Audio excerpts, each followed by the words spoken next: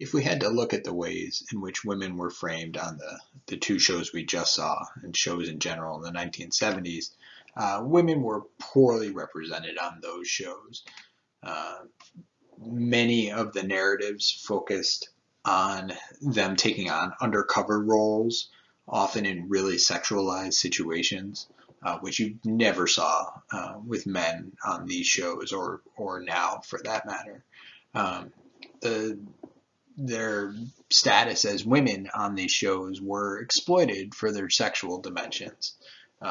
It was heavily emphasized that they were able to complete these jobs because they were women and they could use their sexuality to capture criminals, often in these undercover roles, but just in general in the narratives of the shows. It was also the case that they were often uh, allied with a male mentor, a father figure, or another male police officer. That was the case on these shows, and is often the case on the policewomen of Broward County. So here you see a TV guide from the 70s, and you can see Angie Dickinson. How did she ever get on the force? It was a sort of sexist headline from TV Guide at the time. Ultimately, in this period of time, female stars were successful when they reinforced traditional gender roles. So, despite the groundbreaking nature of both Police Woman, the show, and Get Christie Love, they still managed to reinforce gender roles in pretty normative ways.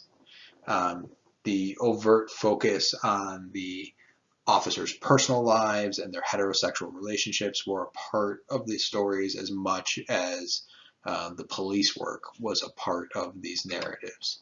Um, Cox is using post-feminism in her critique of the policewomen of Broward County. We've encountered post-feminism as a theory before, and Cox is certainly applying that here.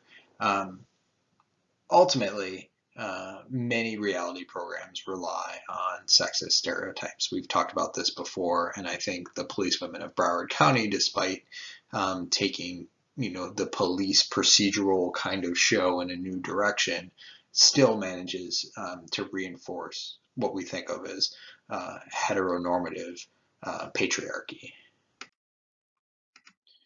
Uh, so, in general, reality shows normalize heterosexual relations on things like game shows. Um, Makeover shows focus on female appearance. The competition shows that we've talked about a little bit um, often have very explicit patriarchal gender relations. They commodify female sexuality. So a new season of The Challenge is coming up. And I don't imagine it will be drastically different than previous seasons in terms of the male-female dynamic on those shows.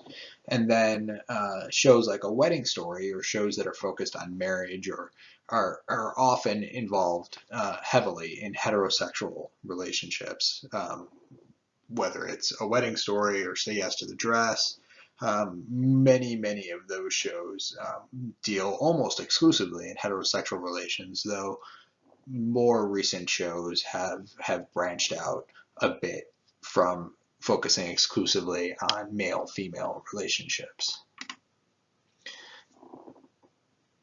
Across all of these genres, the portrayals often rely on stereotypes and conform to what we would think of as gendered ideals of patriarchal society. So, again, across reality TV, the genre itself, despite being different than fictional television, still works to reinforce some of the same norms that have been part of television since television's inception. In the policewomen of Broward County, females occupy all of the lead roles on the show. They are framed in an overtly feminine way in the narrative of the show. Um, Again, what's unusual is that their private lives are infused in the program. They're not an aside that they're saying while they're driving. The actual narratives of what go on in their families are a part of the show itself. TLC was and to a certain degree is thought of as a cable network for women, not to the degree that Lifetime is framed as a cable network for women, but TLC was traditionally a space for female-oriented programming. Um, if you don't know what TLC stands for, it's supposed to stand for the Learning Channel, but it is also the same channel that featured My Big Fat American Gypsy Wedding. So take that for what it's worth. The way in which television works is it's designed to deliver audiences to advertisers. So if you have a show that's focused on women, on a network that's supposed to cater to women, then the theory is that show and that network would deliver an audience to advertisers. So TLC can charge, X amount of dollars for advertising on their network if they can make the claim that they're going to reach a significant female audience.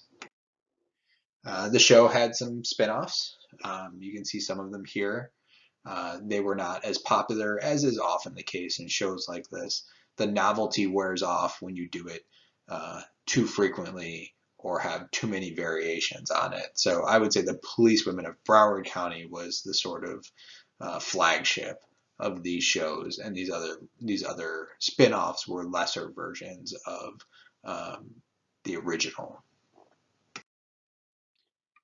On the show, now we're talking about the Policewomen of Broward County, they too would emphasize undercover work for the narratives about undercover work for the female officers. To a certain degree, that reduced them to their physical and sexual attributes. You could juxtapose it against male officers that did not have these kinds of roles. There were screenshots, if you look at the body of the show, no pun intended, that focus on the female body. So that is very much what Laura Mulvey would have called the male gaze in film. I think that applies quite clearly in reality television as a genre, but in this show in particular. The fetish, what Mulvey said and what other theorists have said, is that the camera looks at the female body and fetishizes it. By fetishizing it, it sexualizes the female body. It disempowers the female body as driving the narrative and really objectifies it more than anything else. Here you see one of the female officers and a male partner behind her. So much like the fictional shows from the 1970s, here many of these officers, the female officers, are allied with male officers. That in part, Cox argues, alleviates the show's threat to masculinity by featuring women in these traditionally masculine roles. They fight crime together as a team, which again mitigates the sort of centrality of the female officers on these shows.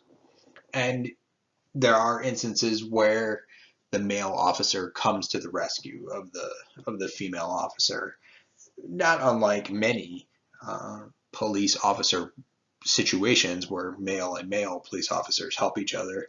But the show, if it is really about empowering female police officers and letting them be central to the narrative, then having parts of those narratives where the men have to come play the hero really undercuts that narrative of empowerment for the female officer.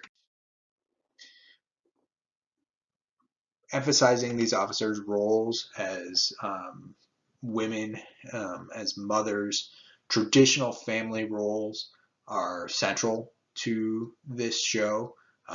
They are not a side note. They're really part of the main narrative.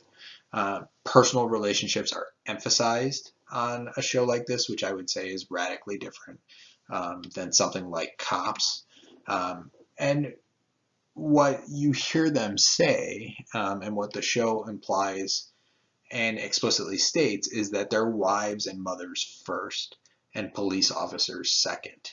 And you almost never hear those kinds of characterizations for men. I cannot recall an episode of Cops, having seen every episode of Cops, where an officer says, "I'm a husband and a father first, and a police officer second." That just simply doesn't happen. And that their work responsibilities are not as important as their responsibilities at home. This is a very gendered depiction of police work for women. It is not anything we would ever hear in terms of male police officers, and really, again, undercuts the centrality of women in the narrative of this show. Some of the issues that they might encounter at home would be juggling work and family, what they've referred to as mom duties. Both of these instances perpetuate what we would think of as traditional gender roles, differences in the way in which men and women are depicted in popular culture. This show serves to reinforce that. Some of the issues they might encounter at work include instances of rape, sexual battery, domestic violence. These are police calls that they're going on, not that these things are actually happening to them, but they do have sort of a gendered component to them in the nature of the crime itself. That these are the kinds of issues they find themselves addressing, leads one to believe, connects these crimes to their status as women, which we don't see the inverse of with male police officers. In addition, we see them having to deal with sexual problems on the part of criminals, which we do see in terms of male officers, but it's just framed a little bit differently because these officers are women. For this show and for Cox's article, I would suggest that Police Women of Broward County really just reinforces stereotypical gender roles and is not, in fact, as progressive as it claims to be. TLC, despite being a network for women, perpetuates traditional gender norms in an effort to not be super cutting edge or to be controversial. In fact, Cox would argue that that kind of narrow version of gender is attractive to female audiences. Now, I think that part of Cox's argument is itself a bit reductive, but that is the point that she is making, is that by not breaking new ground in terms of gender, that female audiences are more comfortable with a show like this. The show does feature women in male-dominated roles, so that's a plus. And it does show their lives as being multifaceted and having more to them than just police work. So some people might argue both of those things are themselves progressive. We don't see women in male-dominated roles on many shows, and the fact that it shows the complexity of their lives is not necessarily something that's bad. If anything else, it might even be more realistic than a show like Cops. But by featuring their multifaceted lives in the way that they are, it doesn't place emphasis on their police work, but ends up placing emphasis on their personal lives. What the takeaway from the show is that these women are outside of the norm, that the norm of law enforcement is male, and this is different. Is the show implying that it's different and less? I'm not so sure, but it's definitely demonstrating that this is not the norm. Female police work is not the norm, and male police work is. We know that's not true in real life, but the takeaway from the show is that, hey, we're showing you something different, and that's why this show is interesting.